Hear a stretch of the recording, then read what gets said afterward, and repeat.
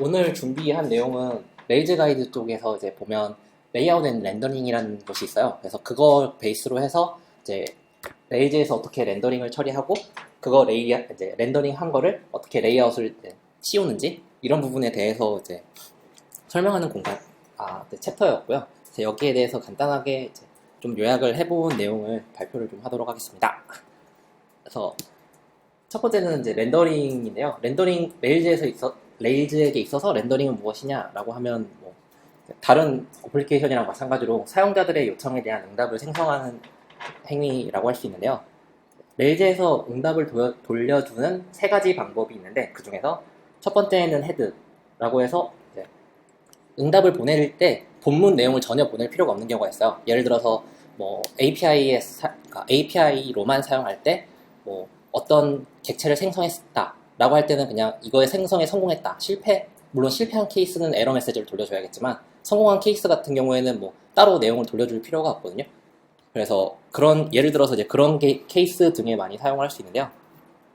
그래서 예를 들어 이제 헤드 뭐 배드 리퀘스트, 이거는 이제 실패한 케이스에서 뭐 배드 리퀘스트 이런 식으로 줄 수 있고, 석세스 같은 경우에는 뭐 세미콜론 오케이, 아니면은 이제 이런 이제 심볼릭 문자 말고 뭐 404 이런 식으로 HTTP 스테이터스 코드를 그대로 주셔도 되는데요. 이거는 뭐 이제 스치기 나름이지만 아무래도 읽기 좋은 쪽, 그러니까 뭐 심볼릭을 쓰시는 게 좋지 않을까, 뭐 이런 생각이 들고요.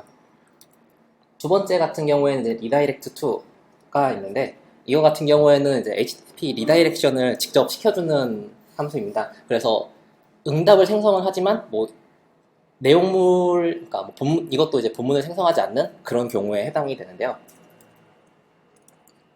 이제 뭐 쓰는 방식은 뭐 액션이라는 파라미터를 줘서 뭐 직접 어떤 액션으로 다시 리퀘스트를 해라 라고도 할 수 있고, 이제 이 부분은 나중에 URL 포 사용을 해서 어떤 URL로 가라는 건 이제 레이즈가 알아서 다 만들어 주는 부분인데, 저걸 쓰지 않고 뭐 텍스트 형태로 해서 어떤 컨트롤러에 뭐 어떤 액션으로 보내달라 이런 식으로도 요청을 할 수 있고, 일단 그런 방법이 있고요. 그리고 이제 가장 분량이 많은 렌더 함수인데요. 렌더 함수 같은 경우는 이제 앞에 두 개와 다르게 실제로 본문을 생성하는 함수인데요. 그래서 이 함수를 사용할 때 이제 기본적으로 레일즈가 어떤 걸 가정을 하고 있는가에 대해서 설명을 좀 드리면, 첫 번째는 이제 각 컨트롤러마다 액션이 존재하잖아요. 근데 그 액션들은 자기랑 매칭되는 뷰가 어떤 건지 다 알고 있어요. 예를 들어서 이제 이 밑에는 이제 그냥 컨트롤러랑 액션이라고 이름을 적었는데, A라는 컨트롤러에 A라는 액션이 있으면 레일즈 프로젝트 루트 폴더 밑에 앱 안에 뷰스 폴더 안에 컨트롤러 폴더 안에 컨트롤러라는 A라는 컨트롤러가 되겠죠. 방금 A라는 컨트롤러라고 했으니까. 그리고 그 밑에 A라는 액션으로 시작한 이름을 가지고 있는 어떠한 템플릿 파일, 이 뒤에 이제 이걸 뭐라고 하죠? 별 표시 두 개 있는 거는 이제 어떤 포맷과 어떤 템플릿 엔진을 사용하냐에 따라서 갈리는 거라서, 경로를 알고 있는 건 사실 이제 일단 이걸로 충분하고요. 그리고 요청받은 포맷에 맞춰서 또는 이제 내가 원하는 포맷에 맞춰서 거기에 맞는 템플릿을 선택을 해요. 기본적으로는 이제 HTML은 ERB를 사용을 하고 있고요. 그러니까 Embedded Ruby라고 해서 그런 걸 이제 HTML에서 그 안에다가 루비 언어를 바로 사용할 수 있는 그런 템플릿 엔진이 있고, 그 다음에 이제 JSON 같은 경우에는 JBuilder라는 형식의 템플릿 엔진을 사용을 하고 있고요. XML 같은 경우에는 XML 빌더라는 게 따로 존재를 해서 그렇게 사용을 하고 있습니다. 그리고 두 번째 같은 경우에는 한 번의 액션에서는 렌더링이 한 번만 발생을 해야 된다는 부분인데요. 처음에 레일즈 배울 때 진짜 굉장히 이게 뭐지라고 더블 렌더링 에러를 보신 분들 많이 계실 것 같은데, 처음에 그래서 이제 이런 경우가 처음에 세이브를 하고 세이브에 성공하면 리다이렉션을 한다고 했는데 그 다음에 다시 렌더링이 있어요. 물론 세이브에 실패하면 렌더링은 한 번밖에 발생하지 않으니까 아무런 문제가 없거든요. 그래서 이런 경우에 문제가 되는 게 이제 세이브에 성공했을 때 그러니까 리다이렉트 투 자체도 사실 그러니까 응답을 돌려주는 방법의 한 가지이기 때문에 응답을 돌려주는 방법을 두 가지를 지정을 해주기 때문에 레일즈에서는 어떻게 처리를 해줘야 될지 알 수가 없거든요. 그래서 이런 경우에는 이제 여러 가지 해결책이 있겠지만, 한 가지 예를 들자면 뭐 리다이렉트 2를 썼을 경우에는 end return, 해서 바로 돌려버리고, 그러면 이 밑에 있는 렌더 뷰가 실행이 안 되잖아요. 그래서 이런 식으로 처리하는 게 있고, 아니면 뭐 if else로 나눠서 else 안에다가 렌더 뷰를 넣는 방법도 있을 거고요. 그래서 뭐 이런 규칙을 지켜주셔야 한다는 거. 그리고 렌더링을 호출하는 렌더링을 호출하는 방법을 보면 굉장히 많아요. 그래서 이게 다 edit이라는, 그러니까 어떤 컨트롤러에 있는 edit이라는 그 뷰를 호출하기 위한 방법인데, 보면 이게 되게 많거든요.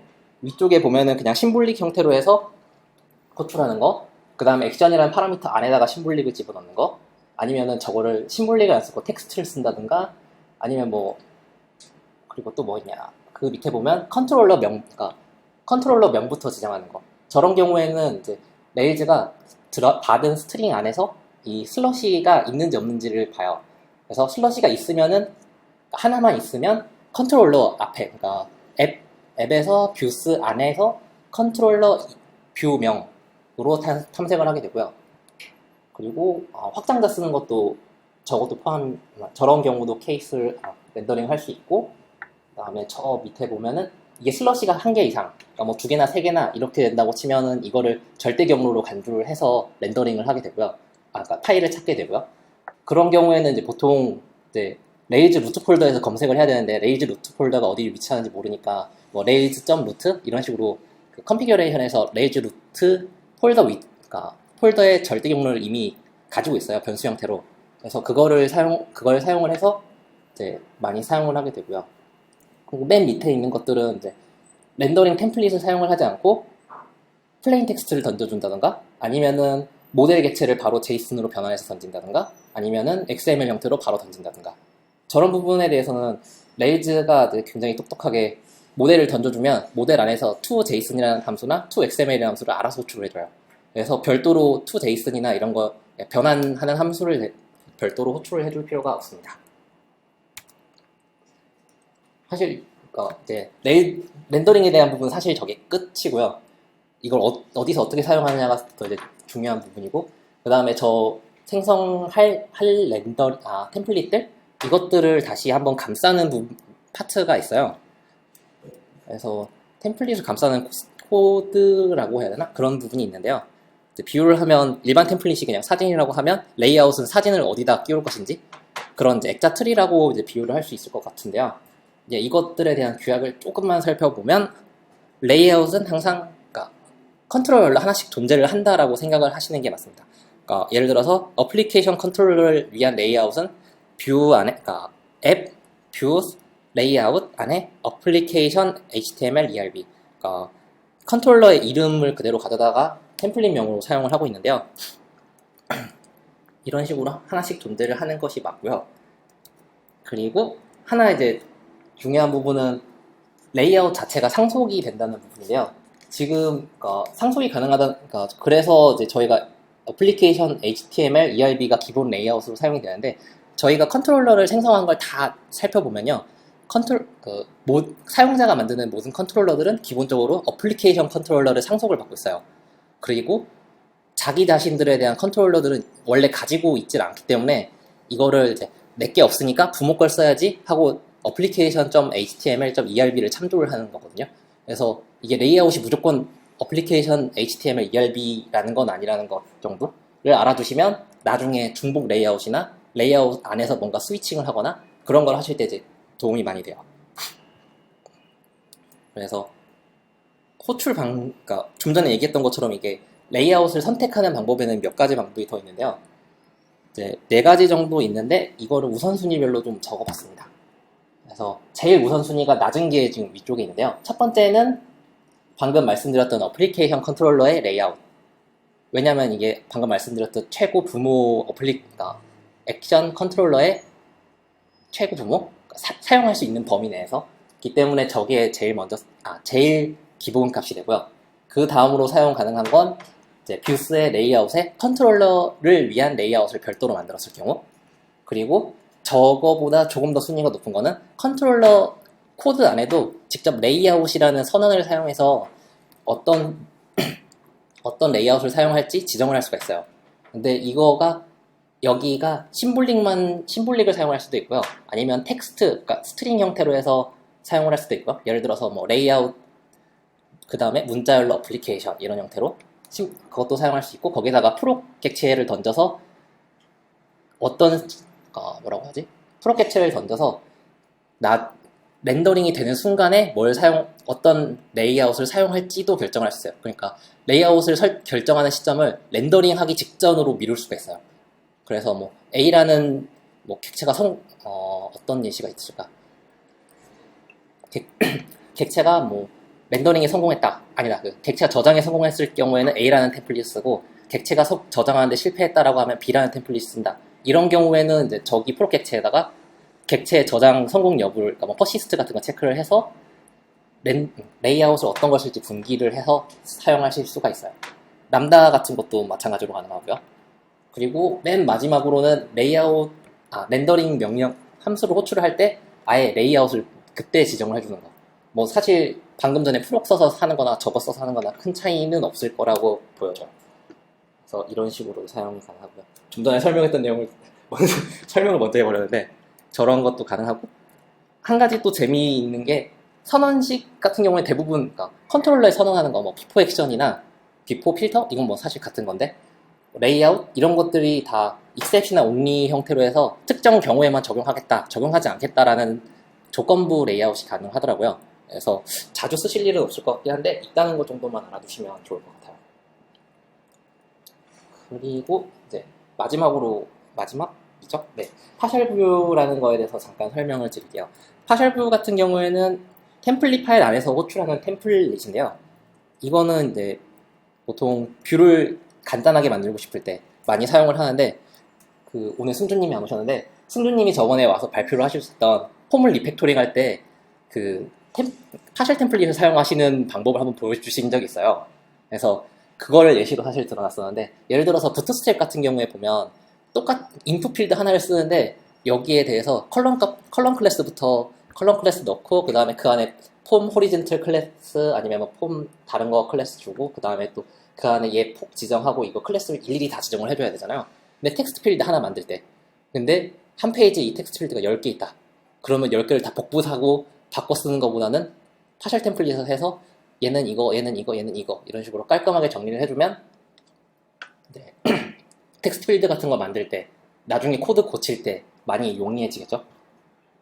뭐 이거 말고도 사실 사용하는 예제는 굉장히 많은데, 뭐 예를 들어서 스캐폴드 만들 때 그러니까 스캐폴드 만들 때 컨트롤러에서 뉴 액션이랑 에딧 액션이 사용하는 폼이라든가 가장 많이 볼 수 있는 예시고요.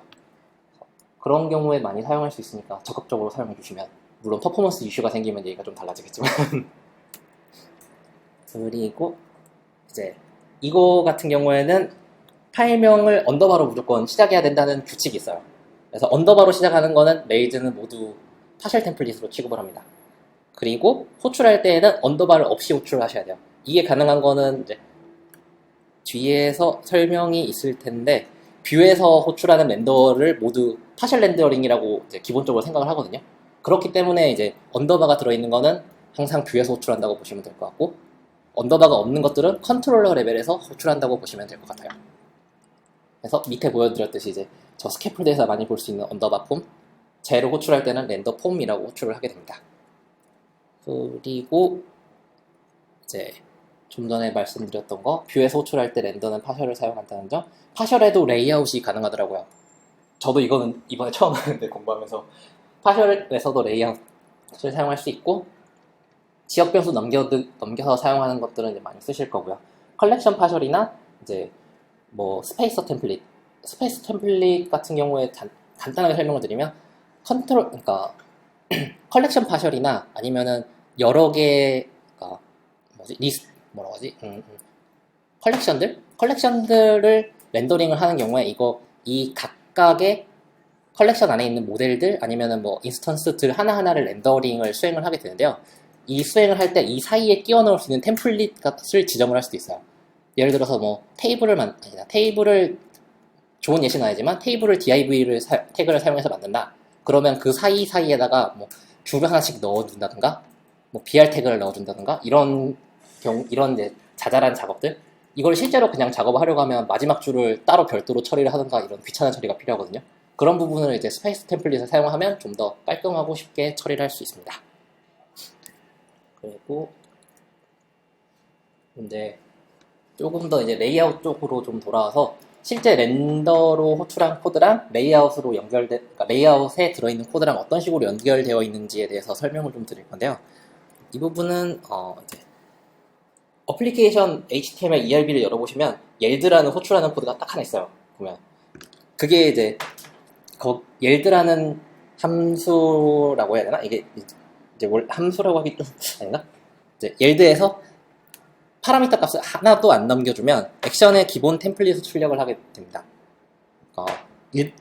어플리케이션 HTML, ERB 거기에서 그게 출력될 때는 항상 이제 액션에서 어떤 렌더를 호출했는지 거기에 맞춰서 이제 호출을 해주게 되고요. 그 다음에 이제 이 부분이 사실 중요한데 옐드에다가 심볼릭 값을 넘겨주게 되면 그 템플릿 내에 있는 컨텐츠 포 심볼릭 블럭을 출력을 해주게 돼요. 이제 이 부분이 조금 이해가 안 가는 경우가 있어서 예제라고 해야 되나? 큰 틀을 좀 준비를 해봤는데요. 보면은 이제 레이아웃이 그러니까 A라는 레이아웃이 하나 있다고 하고 이 안에서 호출하는 뷰가 있다고 하면요. 옐드라는 걸 호출을 하게 되면 이 코드에 의해서 이 뷰에 있는 코드를 렌더링을 해서 그러니까 문자의 형태로 돌려줄 거예요. 저기에다가 돌려주는데 이 경우에 컨텐츠4라는 블럭 안에 들어있는 코드들은 출력을 해주질 않아요. 그리고 나서 옐드 네스티드 레이아웃, 여기는 이제 네스티드 레이아웃이라는 심볼을 사용을 했으니까 이거를 호출을 해야만 여기 안에 있는 내용물을 출력을 해줘요. 혹시 이 구조가 이해 안 가시는 분 계시나요? 없을 거라고 생각은 하지만 그래서